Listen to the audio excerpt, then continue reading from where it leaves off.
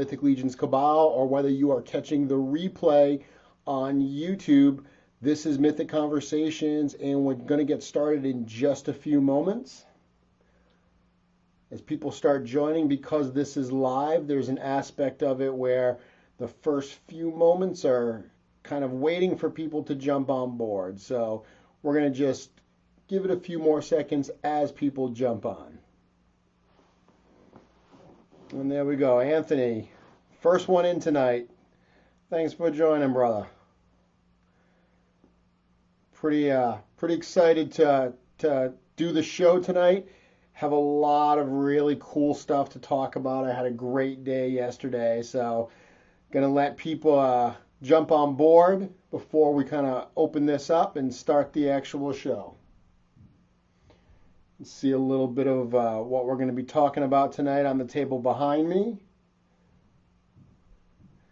Got some of my Djinn customs. Oh, must just be the way I'm sitting, Anthony. Chris, Lee, thanks for joining. Derek, thanks for jumping on board.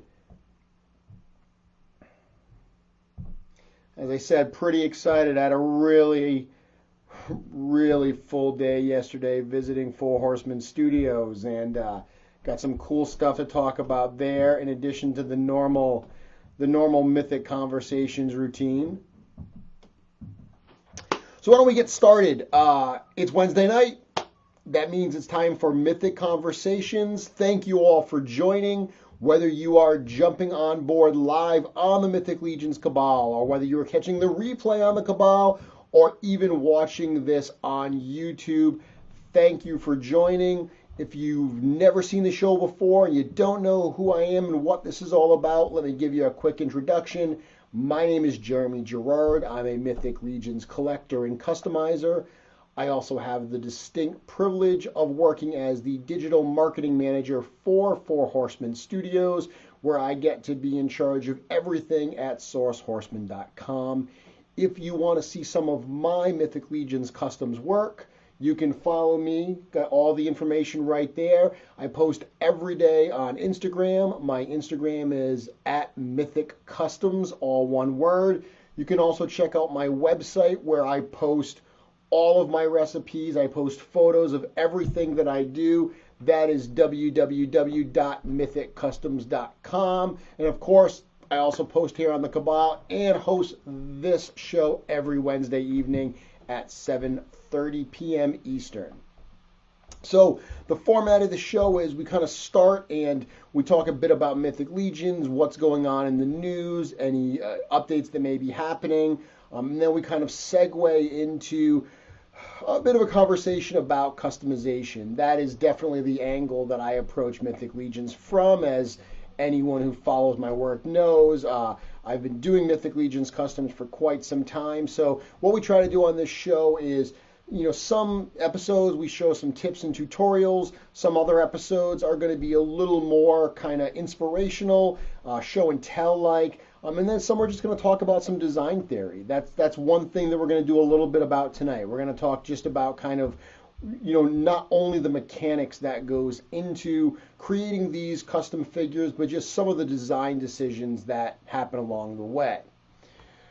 And of course, because at least right now this is being broadcast live, that aspect is always super cool. There is an interaction between us. If you have questions, throw them up in the comments. Throughout the presentation, I will do my best to jump on, look at those comments, and answer them as I can. Amy saying hi. Walter, hey, nice to have you on board, Walter. Harley, Chris, thank you everyone for joining. Drew. So what's going on in Mythic Legions news? Let's start with that. Obviously, All Stars 3 pre-order ended on Monday, so the actual orders from storehorseman.com are closed at this point. Like in previous orders, what ends up happening now is it kind of shifts over to the approved retailers.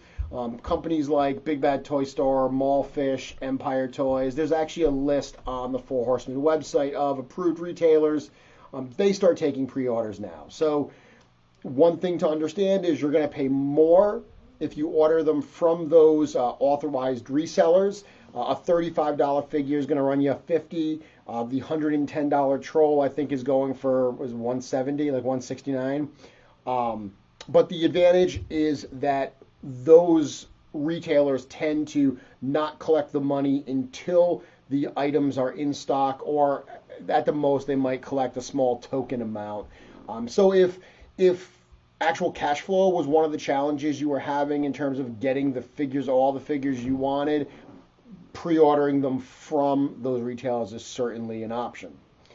MuskyCon is going to be coming up. So my buddy Pete is from the My Wife Is Going to Kill Me podcast and from Legions cast.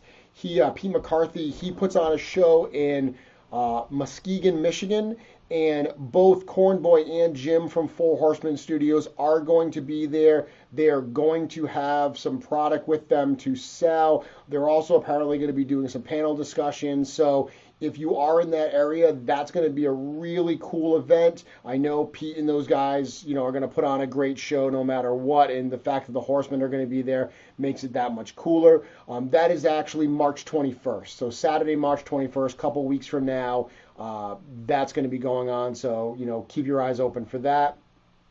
I'm wearing my Cabal shirt tonight, and that is very intentional because, as you may have seen Walter teasing, we are doing another order for this shirt. So when we first did this shirt last year, we did the pre-order maybe last September. I know that we filled the orders in November, right before the Legions Con show in November, because we had some of them at Legions Con for sale. But we didn't make a ton of these. Like, we did a pre-order, we filled those orders, and we ordered only a handful of extras to have at Legions Con.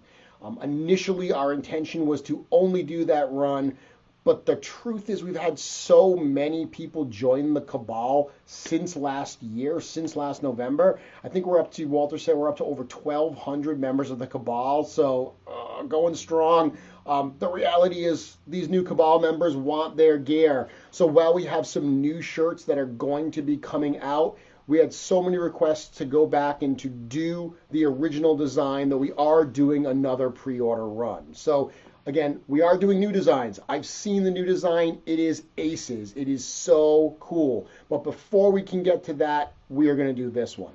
A little information about that. It will be available in the original black color like we did last time. But because we wanted to do something new as well, we're going to do a second color also. We're also going to do this in blood red.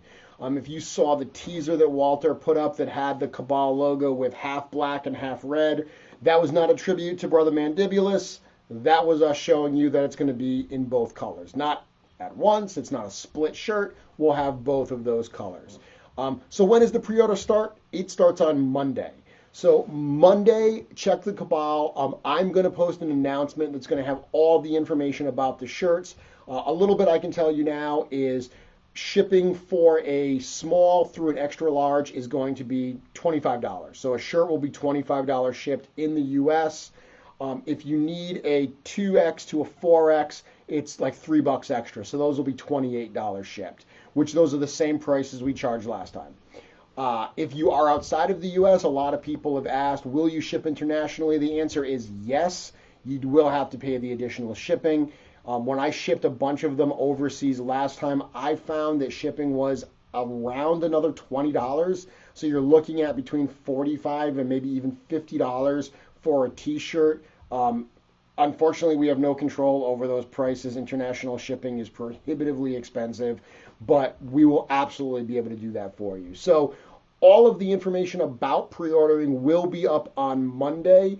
Just like last time, you're going to do it right through me, and there will be a 2-week order period. We do want to get these produced fairly quickly, so it's not a big number. It's not like an all-in package for the Horseman where you got to drop like $300. It's $25 to $28 for a shirt. So hopefully those 2-week window will give everyone enough time to get what they want. But I will say this.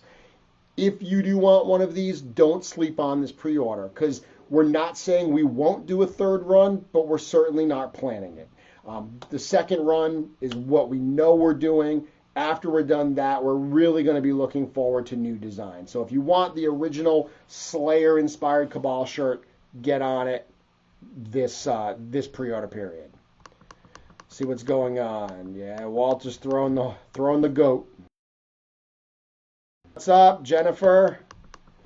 What else do we have going on? So I had a pretty awesome day yesterday, let me tell you. If you saw the photo I posted on the Cabal, I posted a photo from Four Horsemen Studios. I actually spent the day at the studio hanging out with the guys. I originally went there. My reason for going there was twofold. I had been wanting to head out to the studio just to get some content for the website. I wanted to take some photos of some prototype stuff, some old stuff, some 2-ups that they have lying around. I just knew that if I went there, I would find some cool stuff that I could take photos of to use for future articles on the website. The reason I went yesterday, I'd actually been planning going for a few weeks now, and I postponed it specifically because Rob McCallum from the Action Figure Adventure Kickstarter that I've been talking about quite a bit on this show, he was scheduled to be at the studio yesterday. So he was there interviewing Eric Treadaway, and when I found out he was going to be there, he asked me if I could come down as well. He wanted to interview me on camera, and he wanted to actually shoot a whole bunch of my customs, which was super cool. One of the segments on the Action Figure Adventure show is going to be about customizing, and there's also going to be segments on Mythic Legions, so I was able to kind of talk to both of those pieces there. So that was an incredibly cool experience. Rob actually just joined the Mythic Legions Cabal, so when you see him posting, welcome him. He's a super cool guy. I had a blast hanging out with him yesterday, and I can't tell you how excited I am for the show and for everything that I saw him shoot. I actually he interviewed Eric for probably an hour and a half, and I sat there the whole time just listening because it was so fascinating. And some of the stories he told, I've heard him tell before, but it was still just riveting.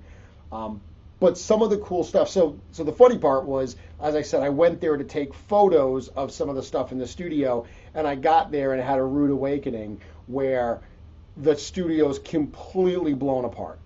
All of the displays, everything that used to be there has all been torn down because they're actually moving spaces. So I'm not sure if you know this, but Four Horsemen Studios, they actually share building space with a company called BB Props. So BB Props, they make props for Broadway, for a lot of Broadway productions, and they do Hollywood stuff as well, I guess. They do stuff for like Late Night with Seth Meyers, a whole variety of different things. They're an incredibly interesting company, and they've even got a ton of just stuff in stock. So if you're doing a production and you need like an old rotary style red phone, they've got like a shelf of those. It's a really cool place, and apparently they're in an old mill building, and as different tenants have moved out of parts of the building, BB Props has been buying that to expand. And the section that Four Horsemen Studios have been in previously, it's a fairly small area. It's not very large, definitely not conducive to the growth they had, especially like G-Con. When we do the G-Con event there every year, it's super, super tight quarters. If you've watched any of the G-Con videos, you can probably get a sense that people are bumping into each other. Well, they're moving in the same building just to a location downstairs, and it's a gorgeous, gorgeous space. So they're in the middle of that transition move. So there was not a lot of stuff hanging around for me to take photos of, which just means I have an excuse to go back sometime soon to see the new space once it's all set up. But what a cool day, just kind of hanging out and talking to the guys about what's going on and some future plans.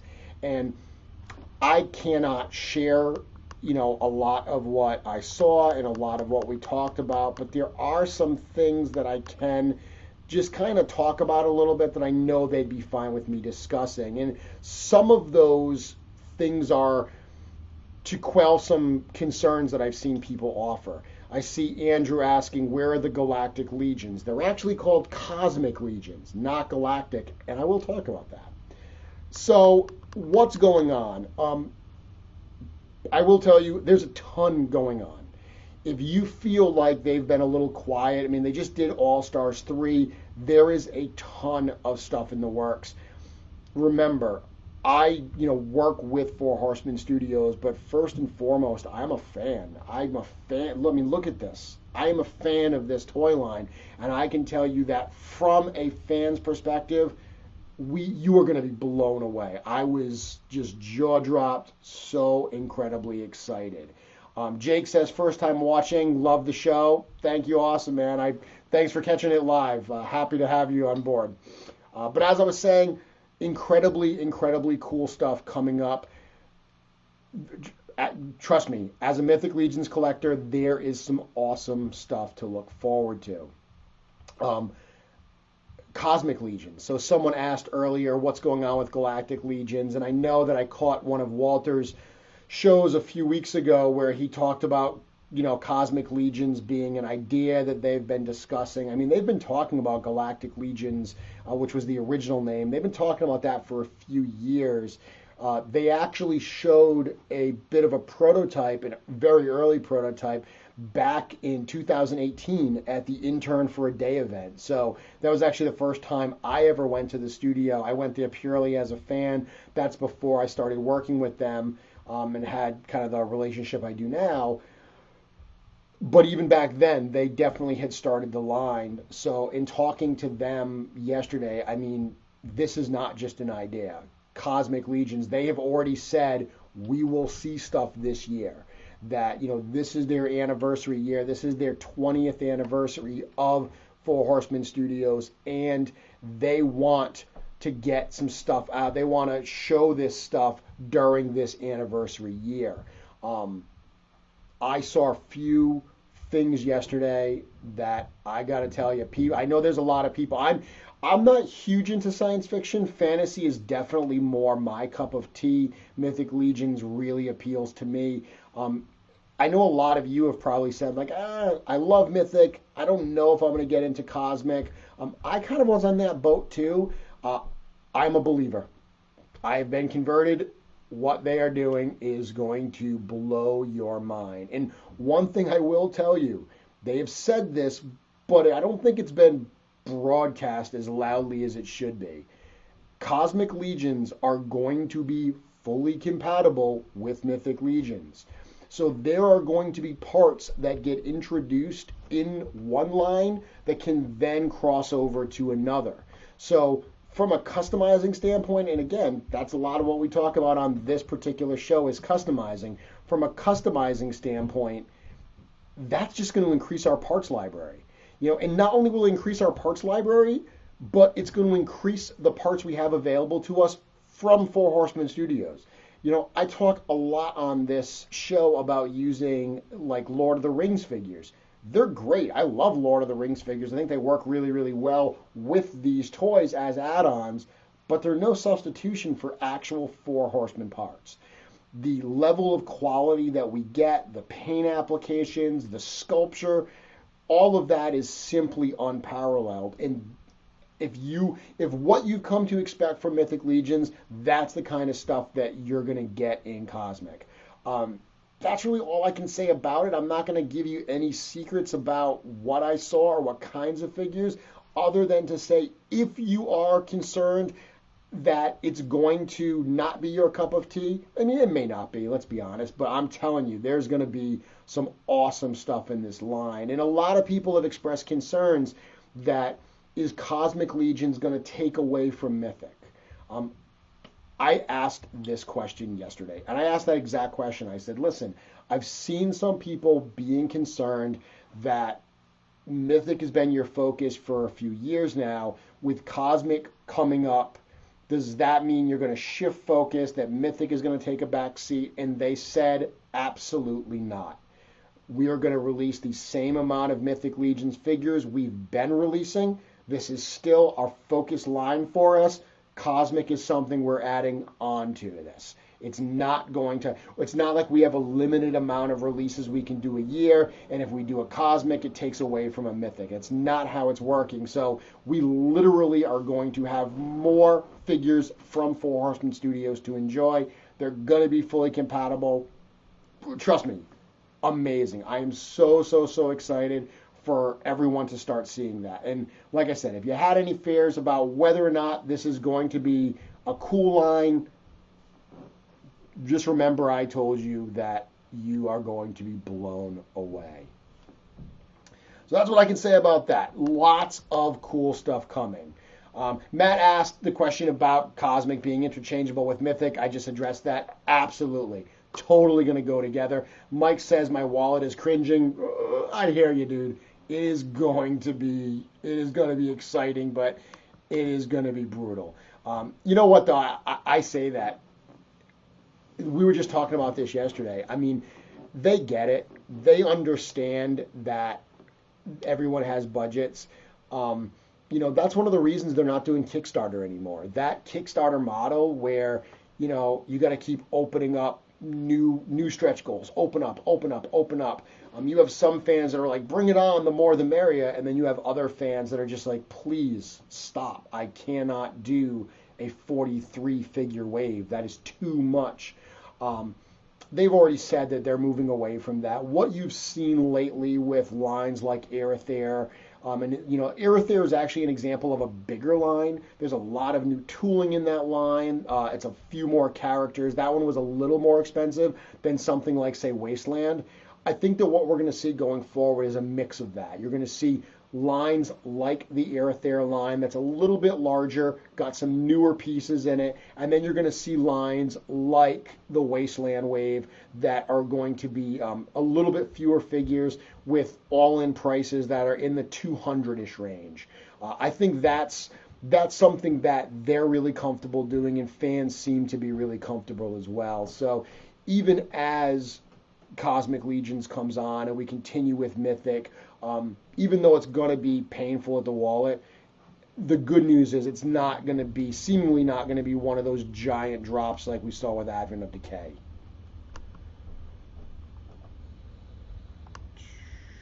Lee says it's too early for Cosmic. There's too much Mythic Legions that haven't been done yet. Lee, it's not going to take away. It's not one or the other. I'm telling you that, that's a concern a lot of people have, that they're going to shift focus. And what I can honestly tell you in the conversations I had with them yesterday was it's not taking away from Mythic. And the stuff I saw yesterday for Mythic, trust me, it's not taking away from Mythic. They are full steam ahead, foot on the gas with Mythic as well. This is something else they are working on. The reason it's taken as long as it has to come to fruition is because they are so cognizant of Mythic. They don't want to not give us what we're looking for with that. There's always going to be a ton. I mean, fantasy is such a massive genre. They could do, 10 waves a year for the next 5 years and still not cover everything that we as fans would love to see. So all I can tell you is it's not going to take away. Everything that we would have gotten from Mythic, we're still going to get whether or not we get Cosmic or not. Cabal in Space. Yeah, Walter. Every time I think of Cabal in Space, I hear that Pigs in Space, Muppets, Pigs in Space, but I hear Cabal. Space Goblin Pirates. I hear ya. That sounds great. Yeah, Joe, bring on the Cosmic Legions. I hear you, Joe. So one other thing I wanted to talk about, I mentioned a little bit about MuskeeCon earlier. Legions Con. So Legions Con 2020, it's a ways off. That is in November, but a lot of the conversation I had yesterday at the studio was around Legions Con. And I got to tell you, I mean, I've said this before, that when Joe and I planned Legions Con last year, we didn't know what to expect. We saw it more as kind of like an art exhibit. We honestly, at first we thought it was going to be a fan meetup. We thought it was going to be like a dozen of us, like a dozen fans hanging out, a couple customizers showing some stuff, some people that had stuff for sale, doing some trading and some selling. We thought it was going to be super laid back. And then we got the Horsemen to come down and to be a part of that, because we know that a lot of people like, obviously to meet them. They don't have a chance to do so all the time. So we wanted to do it in a fashion that wasn't them behind their merchandise table, them with everybody. we thought it was going to be small, just intimate gathering. And I mean, we had, we didn't take, we didn't like have like a door ticket to the door or anything like that. It was super, super casual. So we didn't have a real head count. But the numbers that the people that were counting, they were in the neighborhood of 100 people. And, you know, the feedback we got after Legions Con was so incredibly positive. People had so much fun. And I mean, realistically, we didn't do a whole lot. I mean, we had the customizers there with some displays. We had, you know, JD and Chandra with the giant diorama. You know, we did the giveaways and stuff. Walter was there, you know, doing the giveaways and selling shirts. But it was just the vibe. It was the fact that it was people that were super into this hanging out. I got to tell you, if you enjoyed last Legions Con, if you saw photos of last Legions Con, you said that looks cool, you are not ready for Legions Con 2020. The stuff that we were talking about yesterday, Joe and I were already talking about how we were going to do more this year. I got to tell you, Joe and I are all in on this. We've got some cool plans. Four Horsemen are all in on Legions Con. The stuff that they were talking to me about yesterday that they are going to be doing at Legions Con, all I can tell you is if you miss this show, you are going to be kicking yourself. If you are a fan of Four Horsemen Studios and you are not at Legions Con 2020, you will be kicking yourself. Put it this way. Last year, Legions Con was from 5 to 8. So ToyCon New Jersey, which Legions Con is partnered with, ToyCon New Jersey runs, early bird is from 9 to 10, and then the show, the regular show, I guess, runs from 10 to 5. So we did Legions Con after ToyCon. It's in the same building. We used a little side room last year, and we did it from 5 to 8. This year, we've already said we're going to have, it's going to be the same venue. We're going to still be part of ToyCon, which that alone is cool because ToyCon is an incredibly fun show. But we're going to be in a bigger area, a bigger space. We're going to have so much more going on. We're going to have panel discussions and a lot of other cool stuff. And the timing is going to be a lot longer. It's not going to be waiting around all day for this to start. This is going to be an all-day thing. Well, guess what? We've got too much going on. We're going to actually do stuff on Sunday as well. So Legions Con, the main Legions Con is going to be on Saturday, but I'm telling you that if you're in the area, there will be a reason to come back on Sunday. ToyCon is a 2-day show, and Legions Con is going to have some stuff for you to do even on the second day. And trust me, even if you just come for that first day where the bulk of everything is going to happen, all the programming, everything that's going to happen is going to be during the Saturday session. Sunday will probably be a little bit more relaxed. I know that, for instance, on Saturday, I'm going to be running around crazy. I'm going to do my best to meet as many people as possible. But just the nature of kind of helping Joe run this show and acting in some fashions as an MC and, you know, moderating some panels, I'm going to be pretty busy, plus being behind my table showing off customs. So if you want to hang out with me and talk shop, I will do some of that on Saturday, but I'm guaranteeing you I'll have way more time on Sunday for that. So, big picture, do not miss Legions Con 2020. You've got a ton of time to plan. It is all the way in November. If you go to sourcehorseman.com and you look on the events page, you're going to see information about all the events, including MuskeCon and including Legions Con. But again, the stuff we were talking about yesterday, so excited. Andrew asked, any chances they'll continue the comic? I don't know. I didn't talk to him about that. I know that they had some problems with the comic. If you were around at that point, there was some delay. I know they are looking at a lot of different options right now to get more story out there. That's one of the things Eric even said on his interview yesterday. There is a Mythic Legion story, and they want to get more of it out there. So they're exploring options for that. Any discussion to get their stock out to international retailers to help international buyers? They do have international retailers. I don't think there's a list of them on the website, but there are a number of international retailers. I know there's a lot of retailers in China, for instance, I believe there's some in the UK as well. I don't really handle the distribution. I don't get involved in that at all. But I do know that they definitely do have international distributors. Without Kickstarter contributors, we won't see any more tribute figures. I don't know what you mean by tribute figures. The only you mean like fan exclusive, like the voted ones, like the Blood Armor and Ravina. Those not so much tribute figures, but yeah, I mean that was building off the Fantastic exclusive type thing they did years ago. So there's no saying, there's no reason to think they would never do that again. Len, nice to have you here. Yeah, Walter said last year probably between 76 and 100 people at Legions Con. That sounds about right. Walter said he'll be there this year. There you go. That's reason enough. Anthony as well. Chris, can't wait for Cosmic Legions. Congratulating me on finding a last figure I needed for my collection. Thank you. Yeah, Matthew, we were talking about MesquiteCon. I won't be able to make it out, but there's going to be Cornboy and Jim from the studio are going to be there, in addition to, I mean, tons of cool vendors. I know Travis and Pete and Steve are obviously all going to be there. Thanks, John William, for joining. Awesome. Oh, Matthew saying, like Pixis, Deltagar, Lord, Vateris. Yeah, I mean, you can see it. None of those had anything to do with Kickstarter. I mean, Pixis wasn't done through a Kickstarter. Actually, none of those were. Pixis was part of Wave 1.5. Deltagar was part of All Stars 2, and Lord Vateris was part of, was that Soul Spiller that he was in? Okay. Yeah, I'm not. I think it was Soul Spiller.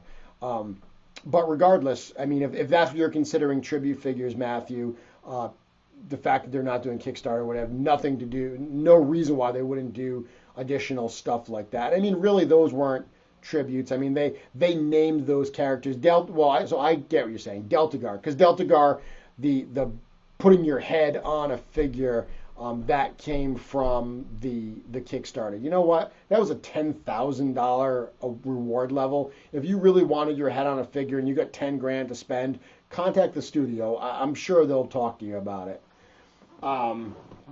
Anyway, the others weren't so much tributes. The other, they named Pixis after Pixel Dan because of their relationship with him, and they named Lord Vateris after Joe that I do the Legions Con show with and who runs Toy Con, just because they're buddies with him, and they wanted, for everything that he's done with Toy Con, a show they really like, they did that for him. So pretty cool stuff. Any other questions before we get in? Am I coming to PowerCon? Probably not. I really would love to. That's California. I'm totally East Coast, so for me to get out there, I haven't decided yet, but we'll see. It stinks too, because I'm actually going out to California in April for another trip. I should have planned that, but I don't want to. Actually, I'm going to Death Valley, so I wouldn't want to be in Death Valley. I think PowerCon's in August. That's not the time to be going to the hottest place in the U.S., but anyway, so let's get on to the topic at hand tonight, the customization aspect. So tonight's topic was interesting because on the show I've mentioned multiple times, if you have any ideas, if you have any topics you'd like me to cover, reach out to me. Reach out to me, make some suggestions. I'm always looking for new ideas, new things to present, and ultimately, because this is a conversation, I want to talk about what you want to hear about. So if there's stuff you'd like to hear about, let me know. And I actually had multiple people reach out to me and ask specifically about doing a custom on the show, like live on the show, doing one. I do see there's a couple questions coming in. I'm going to go through this kind of presentation, then I'll jump back to questions, okay? Actually, I'll just answer them. Chris, what's up with the Summer Legion Builder stock? No news on that. Cornboy mentioned a while back on this show that that's the goal.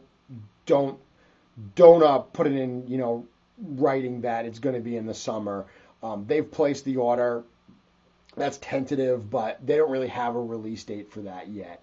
Actually, at the time, I think he said late summer, early fall. If you know anything about release schedules with Four Horsemen Studios. They're usually pushed back a little bit, so they're in the works. That's the only thing that I can say definitively.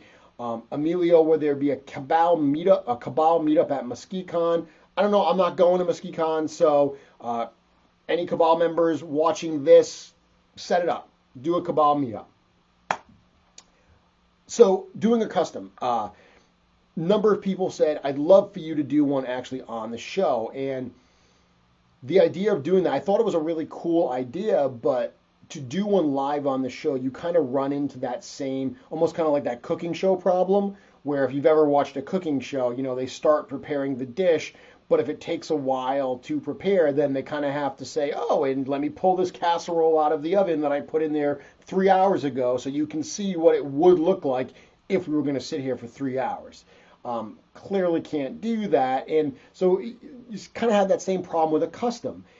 If I was going to do a custom that has a lot of paint apps on it, I can't really do that live on the air because those paint apps have to dry. So I was thinking how I could do it, and it kind of became a design challenge for me. And that's cool because realistically, that's my favorite part of customizing is the design. So when you look at, when I create customs, my favorite parts are what I kind of call the bookends of the project. Obviously, I love the end result. I love having the finished custom and being able to share that with, fellow Mythic Legions fans. And, that sense of the reveal is always enjoyable. And obviously, putting it in the collection is very enjoyable. But the other part I love is the beginning stages, the design stages. My background is as a designer. And that is my favorite part of customizing. That's a big reason why I do what I do, because I like that process. There is a level of artistic expression in this, but I've long said when I actually used to teach design at the university level, and one of the things I would always tell my students is the difference between design and art is art is creative expression. Design is trying to solve a problem. They're both, you have to have creativity in both of them. And what I love about these is there's kind of an intersection of both. It is a creative outlet for me, but at the same time, I very much approach these from a design challenge standpoint. I'm not just saying I want a new orc. And there's nothing wrong with that, by the way. If you get a new head and you just want to slap it on an orc and just literally take a stock orc and put a new head on it just to give yourself a different look, go for it. There's absolutely nothing wrong with that. That's awesome. Do that. I do that sometimes as well. But what I really enjoy doing is that design challenge. Like, how would I create this? One of the things I've always said I love about Mythic Legions is the fact that it reminds me of my childhood playing Dungeons and Dragons. And I can remember growing up a child in the 80s with Dungeons and Dragons and looking at the monster manual and all these amazingly cool creatures, or looking through the player's handbook at the different kinds of classes and races. I'm certainly playing Dungeons and Dragons, creating characters and, building them out and giving them personalities and, attributes and, everything, outfitting them with armor and weapons. I loved doing that when I played D&D as a kid, and that's kind of what I'm doing here. I'm creating that, but instead of doing it on paper, I'm creating these 3D representations of these characters. So that is really, really exciting. And when people ask me to do this, I took it as a design challenge. How can I do something cool on the air tonight that's not just like, hey, here's some simple part swaps. We're going to do that. But something that will add that you could follow very easily and that you could add something cool to your collection that you may not already have. Additionally, I don't just want to stop there. How can you take that simple custom that we just worked on and do a couple additional things with it, do some additional customization to push it even further? So what we're going to do right now is kind of what I jokingly posted today, that it's an LBC or a Lazy Boy custom. My buddy Travis, if you go back and listen to some of the early, not early actually, more recent My Wife Is Gonna Kill Me podcasts, when they first started talking about my work, there was a point, it was a very funny episode where Pete had reached out to me and he actually had asked me if I do custom sculpture, and I don't. And I told him that, and he mentioned that on the air. He said, "Hey, did you know that Jeremy doesn't sculpt?" And Travis said, "Yeah, he's a lazy boy customizer, an LBC." So Travis and I joke about that all the time. But ultimately, that's kind of what, I'm sorry, I just got a message, didn't know who it was. But ultimately, that's what we're doing tonight. It's a lazy boy custom that anyone can follow, but I'm going to take it a few steps further. And if you saw my posts today, you saw exactly what we're going to be working on, which is this purple Djinn. So I've got a couple Djinn here that I wanted to show, and I'll just tell you a little bit of background, because this one here, this blue skin Djinn, this is actually one of my favorite Mythic Legions customs I've done. And it's because it's the first one I did, the first real custom that I had. I had done a few simple part swaps when I first got Mythic Legions 1.0, but this particular figure I think was the first one that I consider a legit custom. And a little background on this, I've told this stories a few times, but it's relevant here. When that first Kickstarter happened, there were a number of stretch goals, and two of the stretch goals were Azar and Zazar. Now, at the time, we didn't know what Azar, we didn't know what they were going to look like. Actually, early on with Kickstarter 1.0, some of those stretch goals, they didn't show pictures of the figures, they just had silhouettes. But they didn't even have silhouettes of the actual figures. They had a generic silhouette of the Silver Knight, and that was for all of the stretch goals. So we knew that all those stretch goals weren't just different versions of the Knight. We knew that was a generic placeholder image. And I remember seeing those names, Azar and Zazar, and they very much had kind of a 1001 Nights, Arabian Nights type feel to me. And knowing that a big part of Mythic Legions was going to be part reuse, I looked at the orc head, the head that came on Urzok, and I said, you know what, if you paint that head blue, that would make a pretty convincing Djinn. I say Djinn, genie, or whatever you want to use for it. But I thought that would really work well. I think I even did like a Photoshop mock-up where I, tinted using some of the tools, tinted the green color Urzok to blue, and I was like, yeah, that would look really great. Of course, and I thought, maybe we'll get a blue skin Djinn for one, and then we'll get like a red skin Djinn for the other. So I got that in my head, and I really wanted that. Obviously, when they revealed Azar and Zazar, they weren't Djinn, they were more demons, more demonic, and we got a blue one, but we also got a yellow one. So I couldn't get it out of my head, the idea of repainting that head like a Djinn. So when I got my figures, I ended up getting an extra Zazar, and I did swap out his body parts because Zazar comes with the hoof feet. So I put on some armor from a Gold Knight Legion builder. I never really understood the Gold Knight Legion builder. It was never one of my favorites. But I figured if anyone's going to have like solid gold armor, it would be a genie. So I put that on this character, painted the head, and I should have brought the bottle of paint. I've talked about this on a previous show, but the color paint that I used to match the blue here, it's a Vallejo. I think it's called Sky Blue, Vallejo Sky Blue, but I didn't even mix it with anything. It's like a great match out of the bottle. And what I did on this, because genies are normally pictured with ponytails, I actually added this long ponytail that I bought. I found that as a cast on eBay. And we're going to talk more about this, but I just drilled a hole right in the back of the head and kind of glued that right in. So that Djinn was the first one that I did, and I loved the way it looked, and it remains one of my favorite pieces in my collection. I followed that up. As I said, I had the idea afterwards that, I wanted, just like I had the blue Djinn, I also wanted to do a red Djinn. So this one was done long before the Fury Orcs were revealed. It would have been so much easier to use the red body parts from the Fury Orc and the red head, but this was actually done years before the Fury Orcs came out. So this was a fully painted, one of the few times I've actually painted all the joints and stuff. And then when Advent of Decay came out, I took a body from as a spirit bender, and I repainted a Lucretia head because I thought that kind of looked like a genie as well.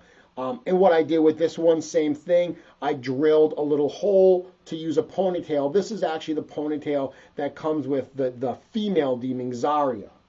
So I already had a series of these genie type characters that I really, really liked a lot.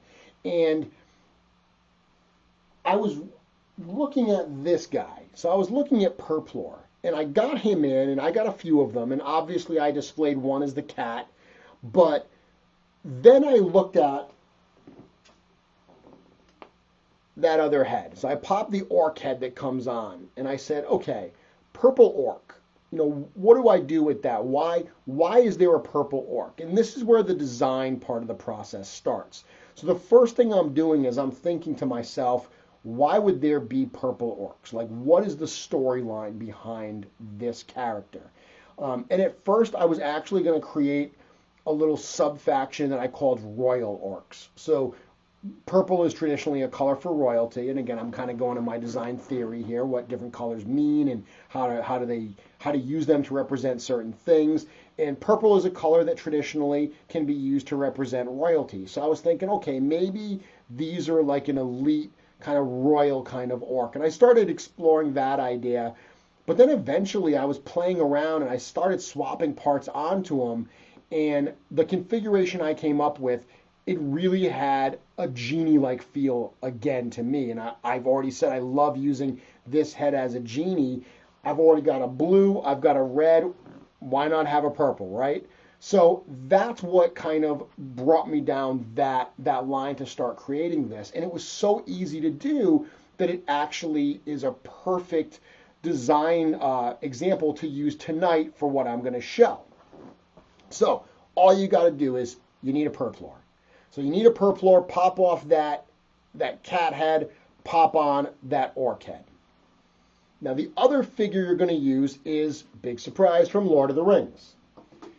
And it's this figure here, Lord Elrond. So this is the version of Lord Elrond that from the end, I believe, of Return of the King, when he's going to the... spoiler alert, if you haven't seen Return of the King, I'm going to spoil the ending a little bit. You had a lot of years to watch that, so block your ears if you don't want to have the end of Return of the King spoiled. But at the end of the Peter Jackson movie, when the elves come to Gondor and there's the ceremony, and Aragorn is being crowned king, and Arwen goes to him. Obviously Elrond is there. This is kind of that garb. This is a super easy figure to find. I have pulled these out of $4 bins at toy shows multiple times. I had a few of them in back. I didn't know how to use it, and I just have had it for a while. So I was playing around with it, and this is the design I came up with. It worked really well for me. These colors, this kind of pink color down here, it always looked out of place, but once I slapped it on the purple with Purplor, it just worked for me, and it's super easy to do. So here's what we're going to do. And now I'm going to break this figure live on the air. Last time I tried to do it, it was really stubborn. The figure I was doing it with didn't want to break for me, so we'll see if that happens again. What I will tell you is these old Lord of the Rings figures, this is from the old Toy Biz line. You can find this. I've talked multiple times about buying old Toy Biz figures. If you buy it as a single, they're pretty cheap. This particular figure is not too expensive. The problem is if you buy just this figure, you're probably going to end up, between the figure itself and shipping prices, it's not going to be as cheap as if you pick it up at a toy show. Again, I pulled this one out of a bin at ToyCon, New Jersey in November. I think I paid $4 for it. If you buy a big lot of figures, a lot of times this one might be included, and you get a lot of other stuff as well. And we're going to show and look at some other parts from Lord of the Rings in a few minutes. But the thing with these old Lord of the Rings figures is because of their age, they tend to be somewhat brittle, which is both good and bad. It's bad if you actually want to collect Lord of the Rings figures because if you try to pose them, they can break, and that's not cool. It's great if you want to break them apart like I'm about to do, because they usually don't give you a whole lot of resistance. So the first thing, I want to use this lower skirt piece, and I want to use his jacket. And it looks great because you're not going to see it on the camera here. Again, I will post photos. I posted photos of this character earlier today. But if you looked at some of the photos, on his robe, he's got all of these design patterns. The elves in Lord of the Rings, the design for that movie there was a lot of almost like scroll work, very, very elegant. That work, that design work looks really, really great on a genie as well. The patterns that we have here, like on the front skirt part, they work really well with the design. So this is an ideal figure. So I want to get this jacket and the lower piece there. So let's get the jacket first. There's a little tie in front that's kind of glued shut. Literally all I did was pull that apart. It snaps right off. It's a little peg into a little hole, tiny bit of glue, just pop it right apart. And the next thing is I'm going to break off the arms. So just a little bit of force, snap one, snap the other. Again, super easy because they are as fragile as they are. I'm going to throw those down there. Now, this robe piece, it just comes right off. There's a little bit of glue attaching it, so you just got to peel that right off. There we go. For the lower part, a lot of these Lord of the Rings figures, and I love using these lower skirts because sometimes I just put them right on the Mythic Legions figure. In this particular one, because of the way it's designed, the torso plugs right in and you don't see like a gap. Other times they don't fit really well and you still have to use the pauldron armor, not the pauldron, excuse me, the folds armor on top. But either one, these coming out down the legs, they add a lot, I think, to the Mythic Legions figures. I use them constantly. So I'm just going to break it at the waist, right like that. And you can see that what you have there is just like this little peg, and it literally, look, slides right off. That's how easy. It's already set. The size of that hole is a perfect size for the peg on the Mythic Legions figure. Sometimes if the holes are a little bit small, I just take my X-Acto knife. Remember last week I talked about this guy? I just take that, slice around there to widen the hole if I need to. In this particular case, I don't need to, but sometimes if the holes are smaller, super easy to modify them as needed. So here we go. Got my Purplor figure. I'm going to separate him now. Now, these figures are not super fragile, or they shouldn't be. When you are separating Mythic Legions figures, if it gives you any resistance, use heat. If something feels like you're forcing it, stop. Because forcing it is what breaks it. That's when you bend plastic. That's when you snap pegs off. Don't force it. If it's giving you any resistance, just heat that thing up in some hot water or even just a blow dryer for 30 seconds. Just softening that plastic will make a world of difference. So I'm going to separate him at the waist. Now, I don't need the folds armor and I don't need the little loin piece. So I'm going to take those off and put them aside. And again, all I do right here is I'm just going to slip this right over. And the peg comes right out the middle there. And again, like I said, this particular one, it's kind of the Elrond figure was a little bit of a beefier toy to begin with, so it scales really well with Mythic Legions. Some of the other the Lord of the Rings figures that are a little smaller, this isn't big enough. So when you put the torso on, you see a gap. In those cases, I usually put this on top of it. This one doesn't even fit on top because this one's as big as it is. But you'll see that when I snap this piece back on,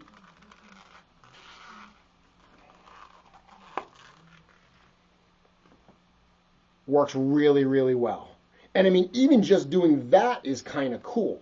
You know, someone today said that this has like a very kickboxery type look to it. So even just that is kind of a neat look right there.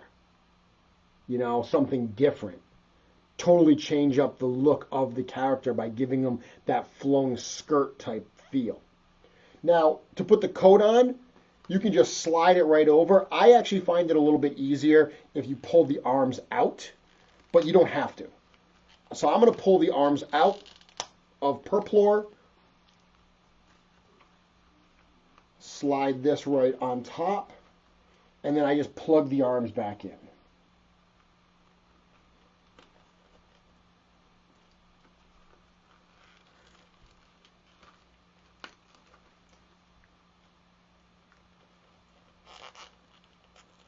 So it doesn't get to be more of an LBC Lazy Boy custom than this. But on that note, look how cool this looks.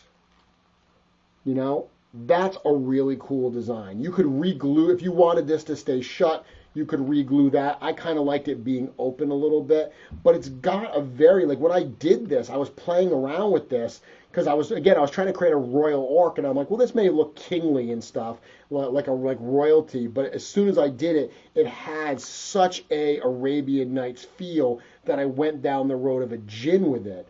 I think that looks great. That you put this on your shelf right now, and this is going to look different than any Mythic Legions figures you have.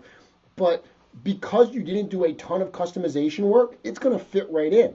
It's not going to look totally out of place. And from a design standpoint, I think that's important.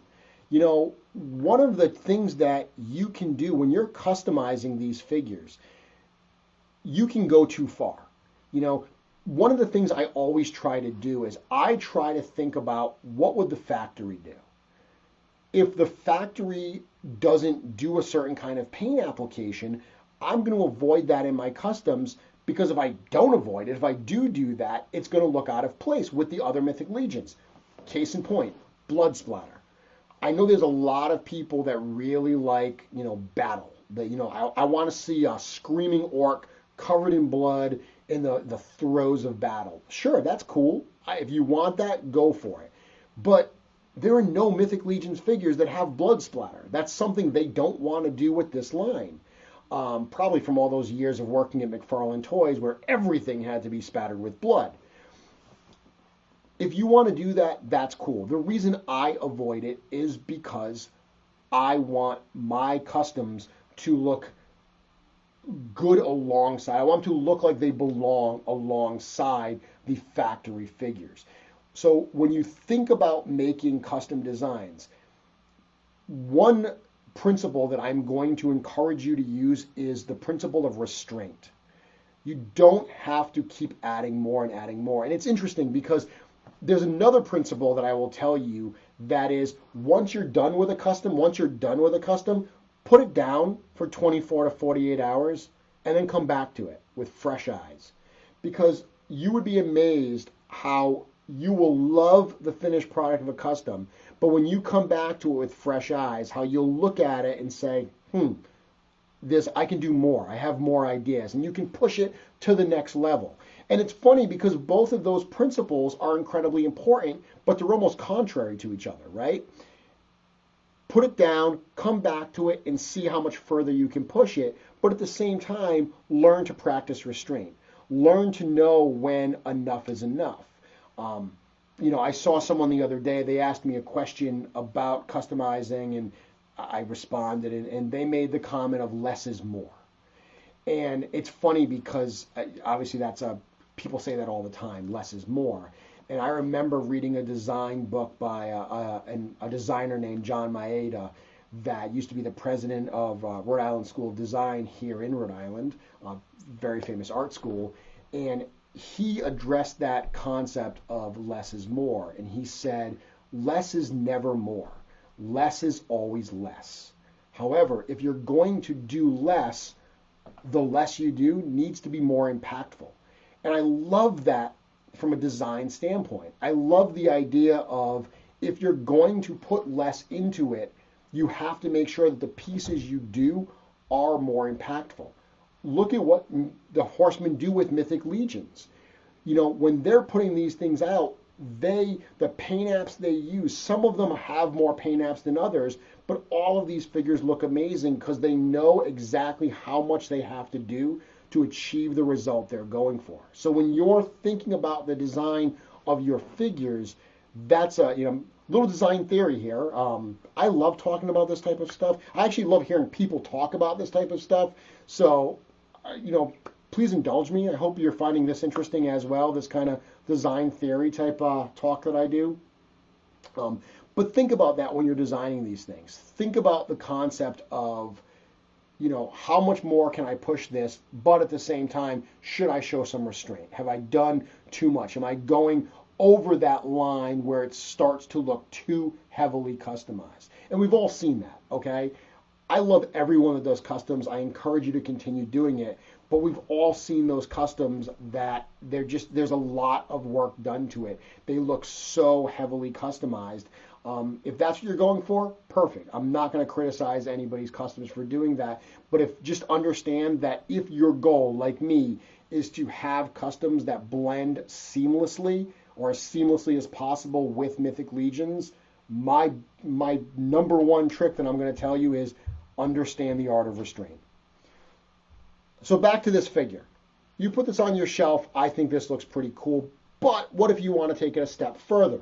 So if you noticed, the figure that I did today had some other aspects added to them. So I looked at this and I said, now if I'm going to make this a genie, what other aspects of a genie would I add to it? So, because remember, originally when I swapped these pieces on, I was trying to create a royal orc. So I wanted him to look orcish, but kind of regal. Now that I'm thinking about him as being a genie, there are certain tropes, there are certain design tropes that genies have that I want to start adding to this. So what do genies have? Well, you saw the other genies that I did, they all had ponytails. So that's going to be the first thing that I want to do. And if you notice, this genie has a ponytail. This particular ponytail actually came from a World of Warcraft figure. I think the character's name is like Illidan. It's from, they did a line called Heroes of the Storm, and that's where it comes from. It's something I had on my fodder bin for a while, but literally all I do to create all of these ponytails, and you can use, one from that line. You can even, if you wanted to use, like, this is one of the hair pieces that comes, this one came with the skeleton soldier figure from Advent of Decay. This doesn't look like this looks a little more dreadlocky to me. It doesn't look like a ponytail. I probably wouldn't want to use this for a Djinn, but you could, and the way you add this is the same way I added all those ponytails. In this particular case, I used the ponytail from Zarya. It all works exactly the same. So the first thing you need to do is you need to take that orc head and you need to drill a hole that you're going to insert this into. So here's how I do it. Take this, whatever ponytail you're going to use, whatever you're going to use for the tip, put a little bit of black paint on that tip, and then line it up exactly where you're going to want to drill the hole and just dab it. Take it off and you're going to have I don't have it now, but if I painted that black there and I lined up where I want it and I just dab it and pull it off, I'm going to have a little black dot right on the back of the head, exactly where I want to drill. Let it dry, and then once it's dry, I use a little drill. I get a little drill bit, and what I do is I've got a bunch of different drill bits. I find a drill bit that's just a tiny, tiny bit smaller than the end of the peg that I want to put into that hole that I'm going to drill. Ultimately, if you drill too big a hole, it's not the end of the world. Use a little bit of glue. Just put a little bit of super glue on the end, pop that in there so it stays. But ultimately, what you'd really like is it to be a tiny bit too small, because then what you can do is you can heat that head, and once that tiny, again, it's going to be almost the exact size. If it's a little bit too small and you heat that hole up, then you can pop that little pegged ponytail in, and once the plastic cools, it'll be nice and tight and it'll hold it very, very securely. But all I do with that little black dot is I just take this drill, give it a little drill right there, and I would have my hole. Super, super simple, really cool effect, looks really great. I'm telling you, it's not much harder than the little LBC that we did here, adding that ponytail. Super, super simple to do. Now, what else did I do? Well, let's look. Another thing that I know Djinn have a lot of, I like jewelry. So I found this little necklace that was in my fodder bin. Came from an old McFarlane figure. I threw that on, but I also wanted him to have earrings. So you can see that I actually gave him earrings here. And that was the first time I had done that. My other Djinns don't have earrings. I do have a pair of plastic little discs that I usually put on the blue genie. But what's interesting is if you look at photos of the blue genie, I show him with the earrings. But if you've ever seen me take him out, like at Legions Con last year, I brought the blue Djinn, I didn't have the earrings in because they're just held there. They're just kind of held there by them being a little tight on the ears, but move them a little bit and they'll fall off.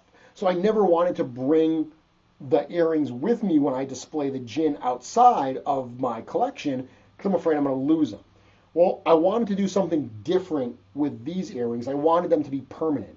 So what I did was I went to the craft store, I went to Michael's, and I found these. So these were in the jewelry section, and these are called assorted jump rings, okay? I'm kind of getting a glare there, but these jump rings, they're just these little rings. They had a whole section of them. I got them in gold. They had them in silver, bronze, a bunch of different colors. They also had different sizes. I bought one that was, this is 105 pieces, a variety of different sizes. I'll probably never need to buy these again. This will work really well for me. There's some really, really small ones that would work on goblins. The ones I used on the Djinn are a little bit bigger, and there's actually even some much larger ones that, who knows, maybe I'll make an ogre scale Djinn and I'll use one of these on it. Super, this is like $3. Again, I'll probably never need them again. I'll have that forever. What I did was I took that drill, that same drill, and I very, very carefully drilled a hole right in the earlobe of this orc head. Now, the drill bit I used was, I mean, if it would have been even a tad bit bigger, I wouldn't have been able to use it. There was no margin for error. If I had to do this again, that was the smallest bit I had. I probably would go to the hardware store and buy a smaller bit because I didn't mess up, but if I would have even gone, a millimeter to one side, I would have blasted through the air in a bad way. This worked really well for me. A quick little drill, I got it right through, no problem at all. And then what I did with those little rings was I used some needle nose pliers, 2 of them on either side, opened it up ever so slightly, slipped it in, and then closed it. And now I have these permanent earrings that I have no worries. I dropped the sword, but not the earrings. I have no worries that those earrings are going to fall out. They're in there super, super well. And it looks really, really cool. Again, super, super easy. Had a little bit of anxiety drilling the holes for the earrings because I had never done it before, but very, very easy to do. Okay, next, weapons. So I just dropped them, but I was displaying them with these kind of orc swords, which originally when I did my Djinns, like when I originally did the blue Djinn, I displayed them with these because these looked like a scimitar to me. Obviously in Advent of Decay, they released this scimitar. It came with Grisha the Slitherer, came with the Dark Forces weapons pack. This would work great for a Djinn as well, or you can use these. I kind of like these. I had 2 of them lying around, so I actually display it with these. But you can even use this. Like this is the halberd that comes with Grisha the Slitherer as well. This would be a cool weapon that you could use. I like the bronzy type color. I think in the purples, there's some purple around here. I think that works really well also.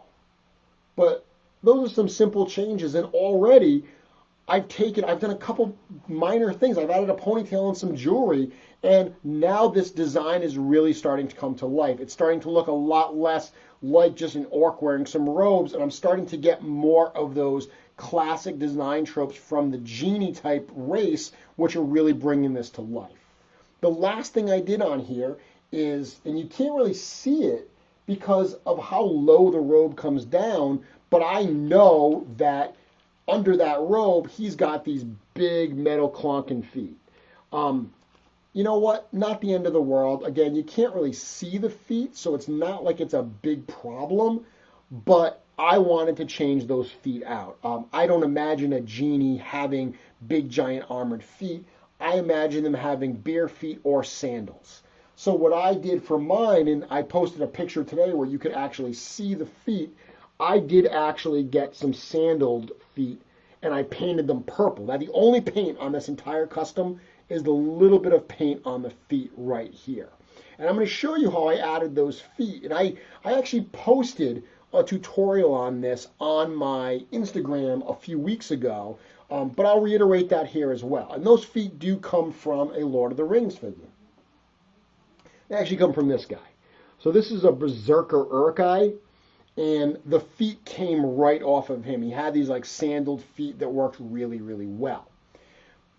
When you pull off feet from Lord of the Rings and from a lot of figures, there's different configurations, but ultimately you can make almost any of them work for Mythic Legions. Now, if you've ever pulled a foot off Mythic Legions, what you're going to see is you've got the foot itself, and then you've got this ankle rocker type peg. Heat this up and pull that ankle out, and what you're going to find is it's just a little peg that goes into a hole in the foot itself. That is what you want to recreate. Whatever you want to plug that ankle into, it needs to have a tiny little hole like the standard feet do. So that's the goal of what I'm going for. Now, when I pulled the feet off the Berserker Uruk-hai, they kind of looked like this. They already had kind of the indentation, and the way the bottom of those feet are is they have these kind of like almost like T-like areas, and this goes right inside there. So when I pulled that out, I've already got a good base to start with. What I'm going to do, once again, this is the tool we're using a lot this week. Once again, what I'm going to do is I'm going to use my drill, and I'm going to try again for a hole that's just about the size I need, perhaps ever so slightly smaller, so I can then heat the plastic to pop it in and get a nice strong fit. But what I'm going to do is this little front area of the foot, that is where the foot is going to peg into. And when you separate this Mythic Legion's foot, do that first. This would be step number one. Heat this up, pull the ankle peg out. You're going to see exactly how the construction is done. And that's what you're trying to recreate. So I'm just going to put a drill. I'm going to drill a hole right in the front of that foot right there. So then I can peg the ankle in, and I've just replaced my feet on a Mythic Legions figure. Super, super simple. Sometimes you pull out feet and they look like this, where they actually have a different kind of piece at top. So they have this little disc that goes into an ankle type joint. This is not much harder. I would heat this up to make it malleable. Then I would use my X-Acto blade. And what you do is you just want to cut out that little disc. So just like this started with that kind of round indentation, that's what you want to create on here. You want to cut out that little circle piece, and then you want to drill the hole in the front and peg that right into the ankle. Super, super simple. I've used both of these style feet. I mean, these both come from Uruk-hai figures, different Uruk-hai figures. But this one actually you can see a little toe poking out. This one's a little more solid. I've used these on like bog goblins. I've used these on orc figures. It's just a little bit of an additional change, but because you have so many figures with the same feet, just doing that little change really changes the profile of the characters you have on display. And that's what I did here. I added those feet, I painted the purple to match the body, and right like that, just with the little quick customization, the little lazy boy custom that we did tonight, and I kid you not, spending probably 5 extra minutes with a drill in the garage to add a few pieces of jewelry and a ponytail, and then adding some feet and a tiny little bit of paint, I've got my Djinn that I'm actually super, super happy with. I now display him alongside the other Djinn that I created, all of which were a lot more work, by the way. I display him with all them. He looks wonderful. And he adds a whole new type of character to your display. So if you're looking to build out your version of Mythos, if you're looking to you've got your orcs, you've got your goblins, your knights, your vampires, and so forth, but you're starting to say, like, you know what? As diverse as my display is, I'd like to start introducing some new races that they haven't actually given us yet. That's a great reason to use customs for. That's one of the things I love to do. Again, big D&D fan as a kid. Part of the appeal for me customizing these figures early on was specifically to add races and classes and different types of characters that I didn't already have in the line. Do it like this, and you're already right out of the gate. You can have yourself, I think, a pretty cool genie. So there you have it. That's kind of my doing a custom live on the air. And again, there was kind of that casserole out of the oven type aspect where we looked at the completed design, but you also saw me put together this little lazy boy custom that took seconds to do. All of those people that are like, I'm afraid to start painting, not a lick of paint on here, nothing at all, just like this, it looks pretty cool. Or slap in that ponytail and you've already started to put him further down the path to an actual genie with some of those design tropes being attacked.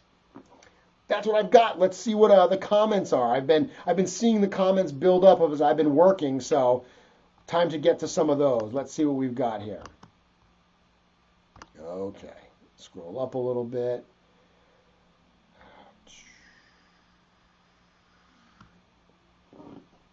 Walter saying that Rhaegor was a tribute to Raywu. That is correct. Walter's going to be at PowerCon helping out.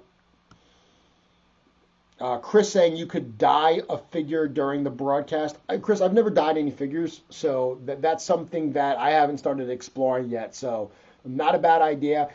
Actually, I probably wouldn't do that during the show because it smells horrible. I haven't dyed Mythic Legions figures. I have dyed other figures in the past. And it's bad. It's bad. I mean, if you're going to do that, you've got to do it in a well-ventilated area. My basement where my collection is certainly not the place to be dyeing a figure. So I probably won't be doing that particular piece live on the air. Let's see what else we've got here. Tony saying, don't those figures get really sticky? I assume you're talking about Lord of the Rings. I've definitely had some Lord of the Rings figures that are super sticky. This particular one is not sticky at all. Not even a slight bit. I've had a bunch of this particular... I mean, I actually have one in my display, on display, and then you can see I literally have two of them right here. None of the robes on any of that particular figure are sticky. I have found there are other figures in the line that are notorious for that. Any of the white wizards, either the Saruman the White or Gandalf the White, they tend to be really bad. They tend to get really dirty and really sticky. Any of the transparent figures are horrible when it comes to being sticky. But then there's others, like I said, I've never had an Uruk-hai figure, and I've had tons of them. I've never had an Uruk-hai that I got and was like, this is disgusting. It's so sticky. Uruk-hai, great figures. I mean, if you can pick up a lot that's got some Uruk-hai figure in it, they're so incredibly useful. I see people all the time use the loin pieces, use the chest armor. Those both come off. The weapons you could probably use. I've used like the bow with the Lurtz figure that comes with a cool bow. I've trimmed some of that off and used that. Obviously, I just showed using the feet of the Uruk-hai. This Berserker Uruk-hai actually came with like a round helmet, like a helmet that came over that has like round eyes. That's what he wore in the movie. I've used that on a goblin. I actually saw someone new post in the Cabal today and give me credit for inspiring him to start customizing. And he actually used that same Berserker Uruk-hai helmet on a goblin that I did a while back. Looked awesome. So, if you can pick up Uruk-hai, they'll be very useful for you. Let's see. Says you snagged one before this broadcast intensifies demand. Yeah, there's going to be a run on Lord Elrond figures. There's plenty of them out there, so too much to break. Buy more. I have a display right there of my Lord of the Rings figures. I won't tell you that I haven't cannibalized them. That's one of the things I will say when people talk about what does it take to be a customizer. There's a couple things that I would suggest it takes, and they're not painting skills and sculpting skills and stuff like that. Those are all helpful, but you can do really cool stuff without being an expert painter or without doing any sculpting. Things you need a pretty deep wallet because this stuff gets super, super expensive. I'm actually going to probably do a show down the road about the cost of customizing. I think that's an interesting topic that we can talk about. But you also have to have a willingness to break perfectly good toys. I love customizing Mythic Legions, so I will tell you that there have been times that I've looked at a figure that I genuinely like, but he has a part that I want, and I will completely sacrifice that figure. I do intend to replace it at some point, but in that moment, I have to follow that design. I'm like, I'm sorry, you got to sacrifice. I will replace you later. So if you love your Lord of the Rings figures, keep them, but buy more. Buy more, and you can tear them apart. Yay. Ryan, nice to see you. Aaron, nice to see you. Yeah, actually, Chris says Lady Deadpool from Marvel Legends has a great ponytail. Absolutely. The only thing I wouldn't love about that figure is I don't know if there would be anything else I could possibly use in it. So buying, even on clearance, those things are usually like $12. Which I guess, I mean, I probably paid for this cat. This is my favorite one, by the way. This ponytail that I got from, who did I buy that from? I can't even remember who I bought that from on eBay. The name escapes me. But this particular, I don't know where it came from originally, but this particular cat's ponytail, it's so long. This is my favorite one by far. And I probably paid $10 just to get that as an unpainted cast. So, I mean, realistically, if you're going to pay $12 for Lady Deadpool just for the ponytail, I guess it's no worse, right? Luis, nice to see you. Johnny. Mike, are you going to sell this on Saturday? Am I going to sell what? This one here? I didn't intend to, because the whole point of this was that anybody can follow at home and do this. So I certainly did not intend to sell this, and I'm keeping the other one for myself. I am selling something on Saturday, and I'll talk about that in a few moments. Are the birds as modular as the rest of the Mythics line? They are not. But you can do some pretty cool stuff with the birds. Hold that thought. I'll show you something.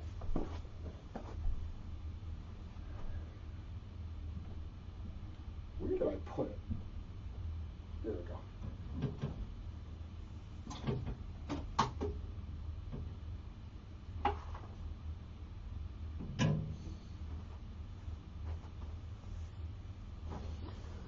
So this was actually pointed out a while back. I believe it was Patrick that first did this combination, and as soon as I saw it, I absolutely loved it. The Melina figure, I didn't so much care for it when it first came out. I don't display any of the Motu tribute figures as the Motu tribute figures, so I didn't know what I wanted to do with Melina, but when he showed me, when he posted that you can combine them like this, I immediately knew that I was going to make a harpy. So the bottoms of the birds, if you separate them at the waist, and they do pop right apart, the peg at the bottom of the waist on the birds is 100% compatible with the 2.0 torsos. Actually, the arms are compatible with the shoulders as well. You can pop the arms out, and they do pop in here. I haven't done that in this one, but just this look of popping, the wings on the back and then popping those bird legs in, that I thought made a really, really cool harpy. So when it comes to the birds, you can pop them apart. The arms pop off, the torsos pop off.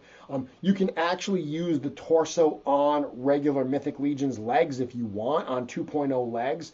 Dennis Derby did a really cool one where he took a torso from like a Black Raven, and because it's got the peg holes, like I said, the bird arms fit in here, well, that means that these arms fit in the birds as well, but he put in some skeleton arms in the shoulder ports, and then because the birds have the ports on the back for the wings, he put some arms back there too, so he did a four-arm skeleton, but the bird torsos are so elongated that it had a really cool, kind of super creepy look to it. That was actually really, really neat. So you can do that. The problem with the birds is even though they pop apart, they don't have a wide parts library the way Mythic Legions does. So you can pop them apart, but you don't have a lot to mix and match with. Again, you can do a few things with 2.0 bodies to get a couple designs, but they're definitely not as modular. But you can do something. Nilbog saying, I've watched your past streams on YouTube. This is the first broadcast I've seen live, and it's awesome. Love it. And actually, yeah, Nilbog, that's an interesting name. I want to make sure I said it right. I just mentioned you a few minutes ago. He was the one that recently, just today I saw it, tagged me. He used that Berserker Uruk-hai head right on a goblin. I mean, it fits right on. It's super cool. And that the round circles of that helmet looks super cool on a goblin. So thank you for tagging me in that. I was excited to see you join the Cabal and start doing some of that. Amy, so cool. Thank you. Yeah, I love this one. This is something that it was so easy to do. Talk about a lazy boy custom. There is no paint in this. Again, some of my favorite customs aren't about complex paint apps. They're not about, adding custom sculpted heads and all, just smart use of parts. I said this when I did the interview with Action Figure Adventure yesterday. One of the things I mentioned is the best Mythic Legions customizers out there are the Four Horsemen. That is what they are doing. They are taking this limited parts library. It's growing, but they have a limited parts library, and look at the incredible variety of figures they have been able to give us by just painting parts differently and combining them in different ways. That's a lazy boy custom. That is what they're doing here. You can do such incredibly cool stuff just by using the smart combination of parts. Combining Melina with some legs. This is actually from the Nemetis, the golden eagle, I think they called them. Just combining those parts with some brown wings, I think that's a super cool harpy. No paint in this at all. Actually, I take that back.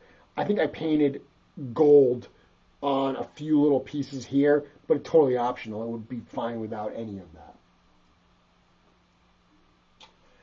Any additional questions before we close this out for the night? We're coming right up on 9 o'clock. It's funny because when I do these, I don't have a script. So I do kind of practice a little bit. I think about what I want to talk about leading up to the show, on Tuesday afternoon and certainly Wednesday.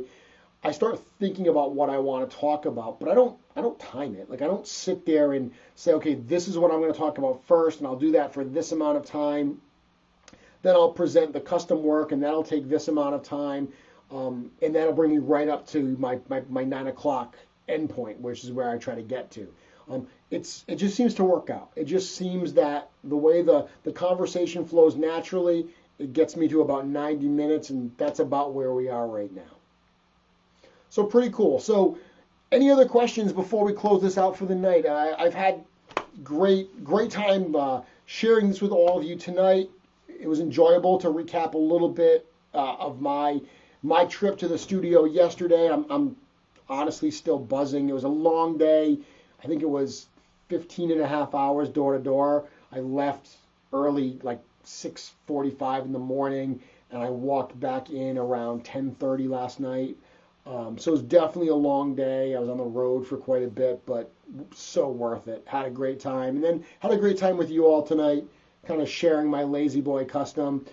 If you follow this recipe, if you do this for yourself, please post it in the Cabal, tag me, tag Mythic Conversations. If you post it on Instagram, tag me at Mythic Customs and let people know where you saw this, because I want more people to discover the show. I want more people to discover, these customs in this line, because ultimately that's a big reason why I do what I do.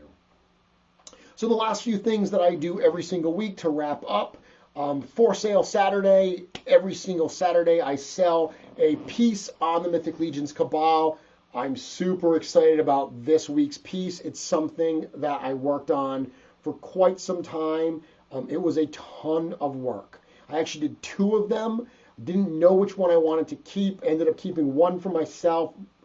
Loved them both so much. Wanted to keep the second one as well, but space is limited. So grudgingly, I am going to sell it. And anyone that's into the kind of anthro characters, the animal type warriors, you're definitely going to like what I have on Saturday. I'm going to be actually selling a lion warrior. Very, very cool. Again, tons of work went into the paints I put on it, but I'm excited to show you, and I'm excited to send that to someone new, to get that into a new collection that will appreciate that piece. So every single Saturday here on the Cabal around 10 a.m. Eastern time in the morning, that's when I post it. Look out for that. Other than that, like I said, check out MesquiCon if you're in the Michigan area. In 2 weeks, that's going to be super exciting. I will be back here next week, and a little teaser for next week's show. I talked a little bit about design theory tonight and kind of the process that goes into it. We're going to do that next week. So next week's topic is another one that people have asked me a little bit to talk about, and that's going to be about creating tribute figures. So you've seen me do tributes to certain characters like, Boba Fett from Star Wars, or I did a whole line of like G.I. Joe inspired figures.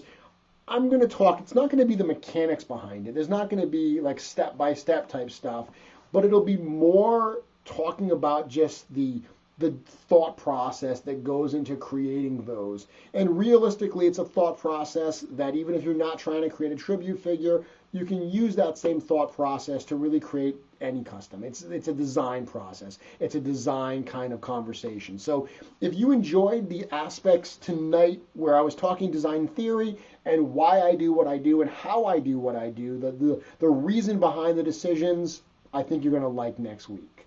And with that, that's another episode of Mythic Conversations. Episode 6 is in the books. I'll see you all next week. Thanks for joining.